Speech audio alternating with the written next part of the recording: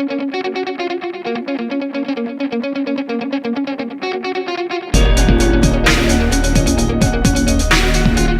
guys, Bizer here, and welcome to the Division Championships against Orabomb himself.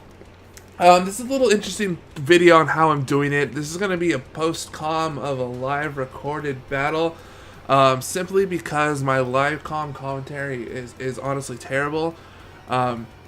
I was just really tired when we battled Aura, so I was just kind of sitting there, kind of not really saying much. And so it would have been really, really boring of it, but I figured I have the live com, and we actually kind of have to do the live battle because there was actually a DC that happens kind of late at a crucial point in the match. So we don't actually, there's no way to get the first match except for using my live of it, so that's gonna be fun. Anyway, so if you guys, make sure you click in the description to go to subscribe to Orabomb's channel. He does amazing content, so make sure you go and do it so you can go and see his commentary at this perspective, because he was actually not live recording at the time, so he's gonna actually be using this, the first, or 3/4 of the match live footage that I have. I sent that over to him, so he can record over that and put his thought process behind it. Anyway, so I'm probably going to be doing some skipping and stuff around, fast forwarding and whatnot, just because there's going to be points where like I was thinking and I probably don't remember exactly what I was thinking, and I'm not going to say exactly what I was thinking. So we're probably just going to do a little bit of skips and whatnot to make the video a little bit shorter than what it actually is. That's always a good thing for you guys, because you guys enjoy the shorter-ish videos, and I believe this is a pretty long match. I don't remember exactly how long it is. Let's see, the first part, I can't see because Windows Media Player is stupid. Anyway, alright, so we're going to get on into this. We see Aura is bringing his T-Tar, his Lando, the Rotom Wash, Heatran, Togekiss, and Mega Medicham. So, he's bringing just 3 of the same Pokemon. I guess I would say 4, because Rotom Wash, he traded that in for, or traded Lantern for Rotom Wash. So that's kind of, I'm assuming he would have probably brought in his Lantern had he still had it in that slot.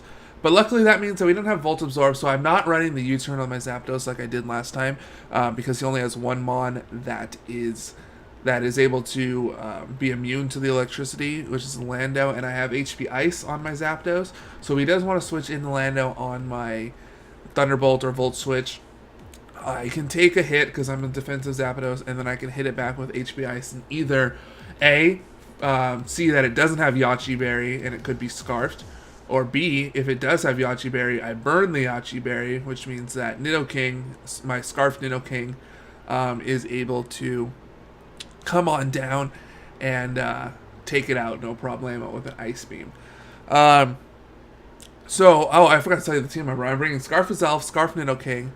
Who else did I bring? I brought defensive Zapdos, defensive Assault Vest Blastoise, especially defensive Ferrothorn, and what was my last one that I brought? What can I remember? You'll see in the match, and you'll see in the layout as well. The light. I can't think it off the top of my head. This was a little while ago that we did it, and I recorded it. So we're gonna go into this match now. I haven't had to skip anything, so that's nice. Let's see. I believe I start off with my Zapdos, as Aura starts off with his Mega Medicham. So, or no, he starts off with his Tyranitar. Oh, never mind. I thought he started off. That was when we originally battled. He started off with Mega Medicham. Anyway, he starts off with his T-Tar. So I'm thinking that maybe this is a Rocks T-Tar or something. I don't know. So I just go for the Volt Switch, thinking that maybe he'll switch or something. Because he would think it would be kind of useless to get up Stealth Rocks when I have my Zapdos here. But granted, as you will see, that this thing is actually like super... All of Aura's team that he brought is incredibly bulky. You will see. You will see. You will see. So I assumed that this was... later on, I assumed that this is a max defense Assault Vested Tyranitar. Yeah, so it was fun to deal with this.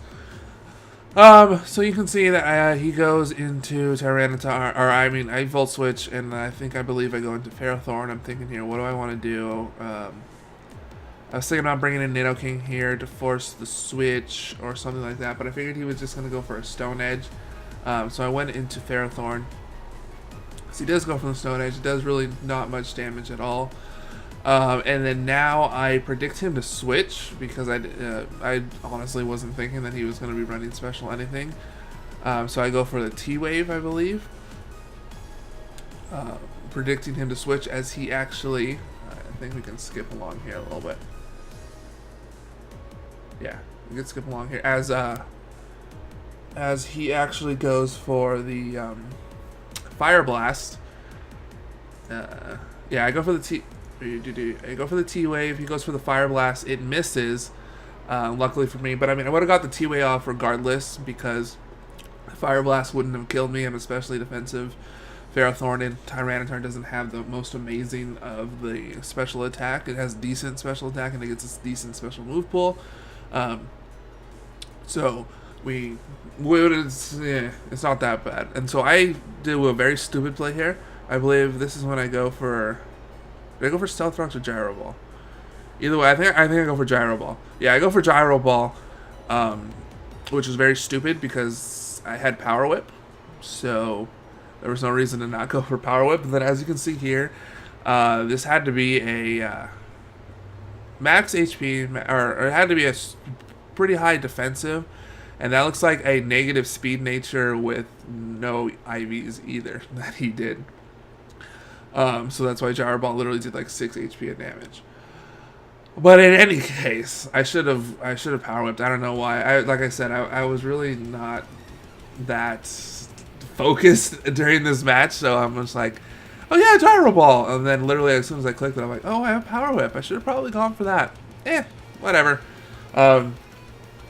But that's what happens. And then I go for the Stealth Rocks right here, just to get them up as he goes for another Fire Blast to take out the Ferrothorn.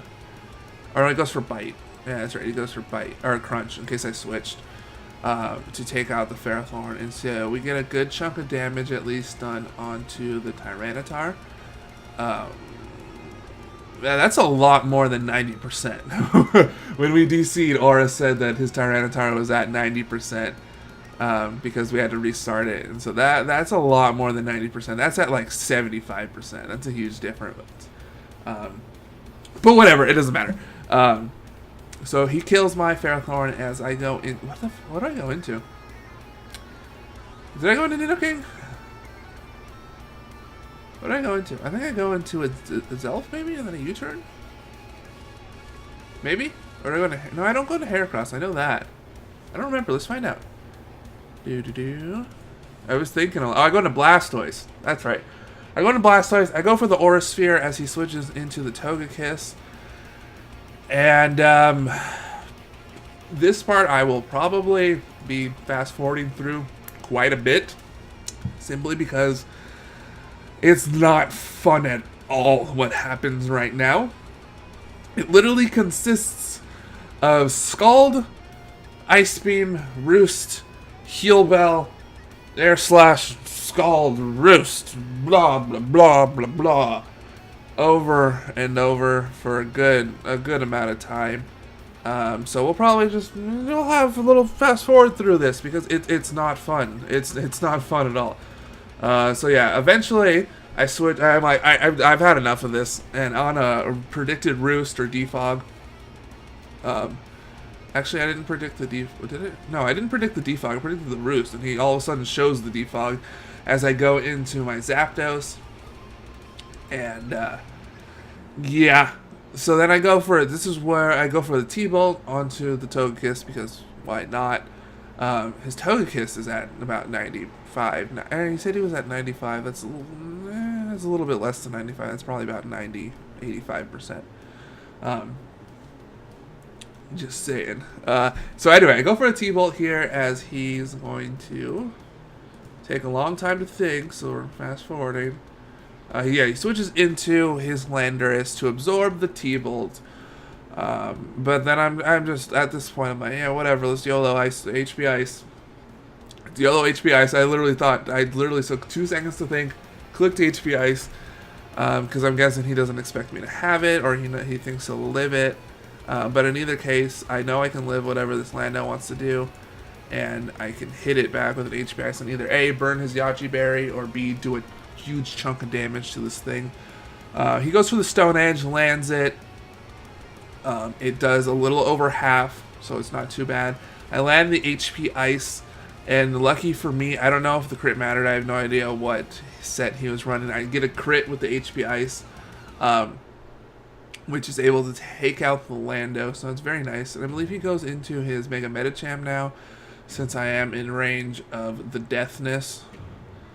I am in range of the Deathness, so he outspeed me, unfortunately, and he gets off an Ice Punch, which was a roll to take me out. Ice Punch, and he Mega Evolves, goes for the Ice Punch, gets the roll, takes me out. Take a little bit of Rocky Helmet damage, but, you know, not enough that it actually really matters. And then I go into a Zelf. Go into a Zelf? Yeah, I think I go into a Zelf and U-turn. Yeah. I believe that's what happens. I'll fast forward. Yeah, I go into a Zelf, I click U-turn, because I figured he's going to switch, because he doesn't want to have a huge chunk of damage done onto this Medicham.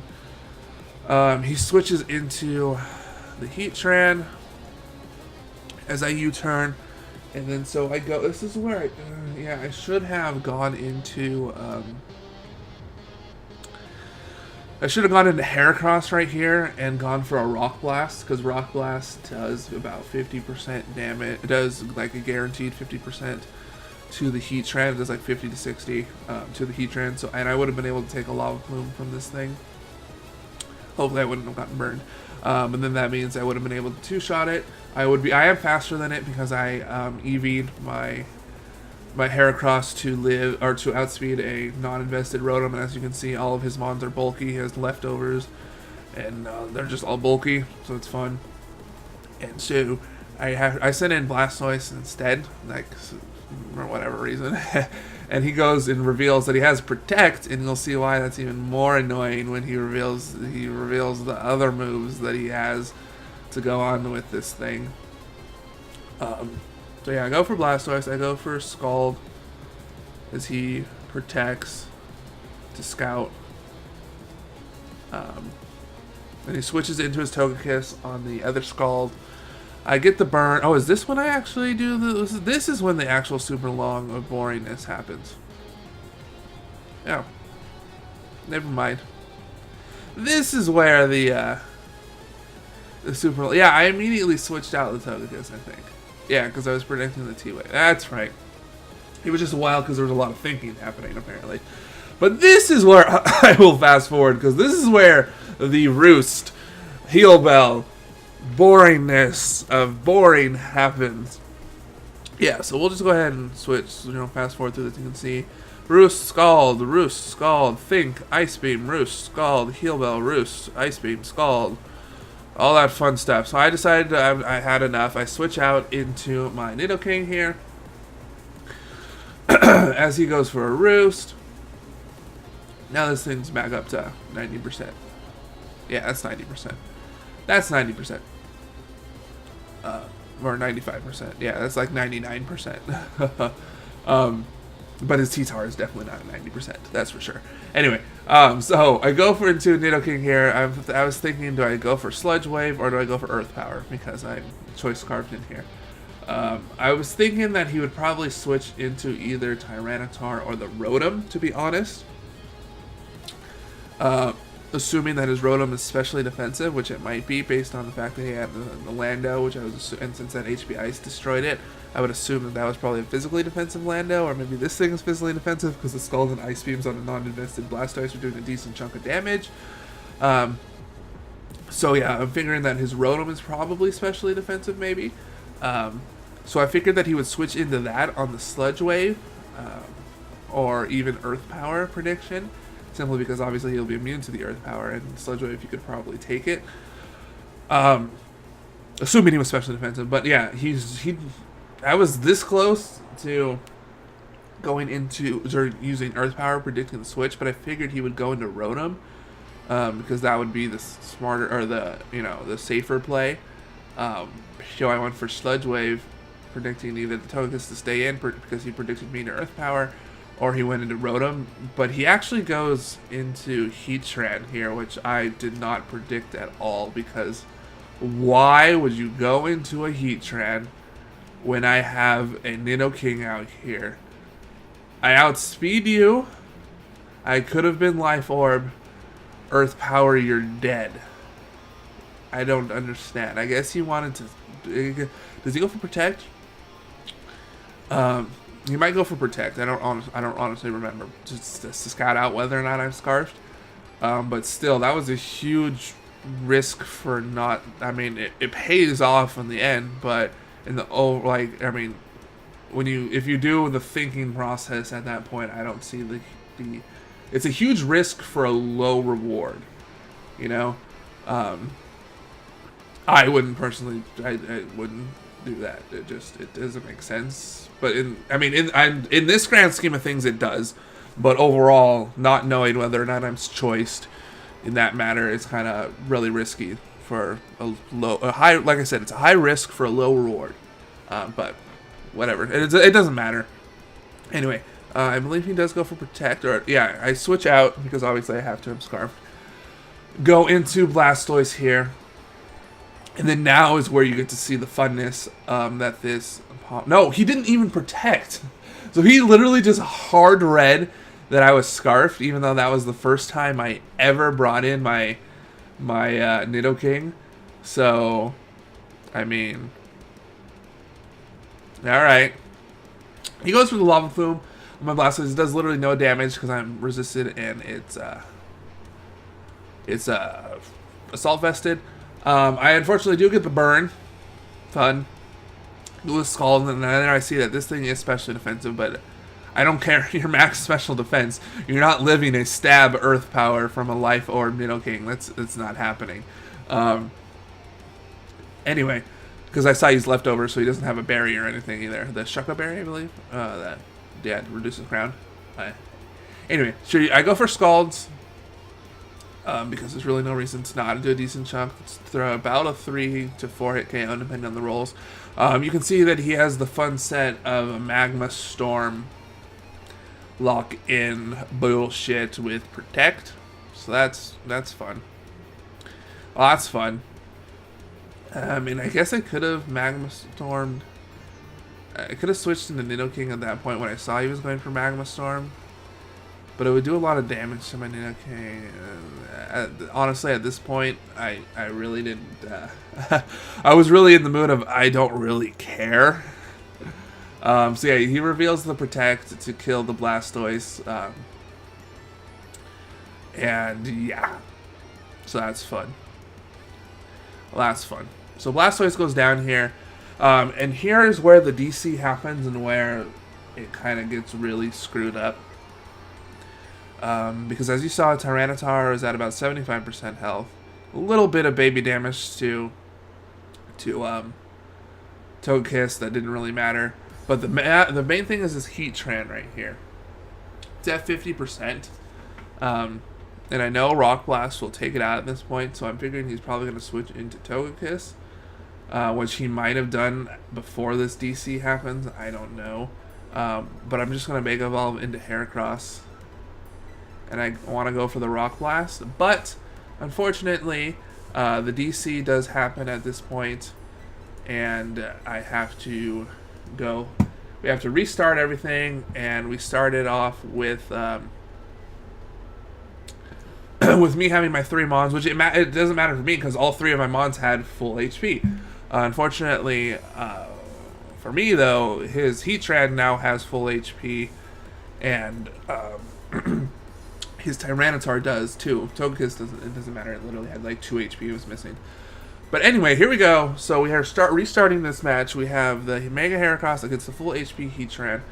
See, the reason why it could have mattered here is because obviously the DC changes things. So I Mega Evolve, go for Rock Blast. I miss my Rock Blast. Who knows if in the pre-DC it would have missed. But had I not missed the Rock Blast, it would have done the 50% damage to the Heatran, which would have killed it. And I wouldn't have taken damage from the Heatran. But here, okay, so here's the thing about why I didn't really do very good because had this rock blast had it hit, Heatran would have gone down in the original match, but in this match it would have done 50%, which means he would have lived, which means he would have gotten off a lava plume that wouldn't have happened originally. But anyway, maybe we would have restarted at that point, because then we know it would have went down and blah, blah, blah, blah. I don't know. He stayed in for some reason. I'm pretty sure he probably would have switched out during the DC or something, because I don't know why the fuck would you stay in.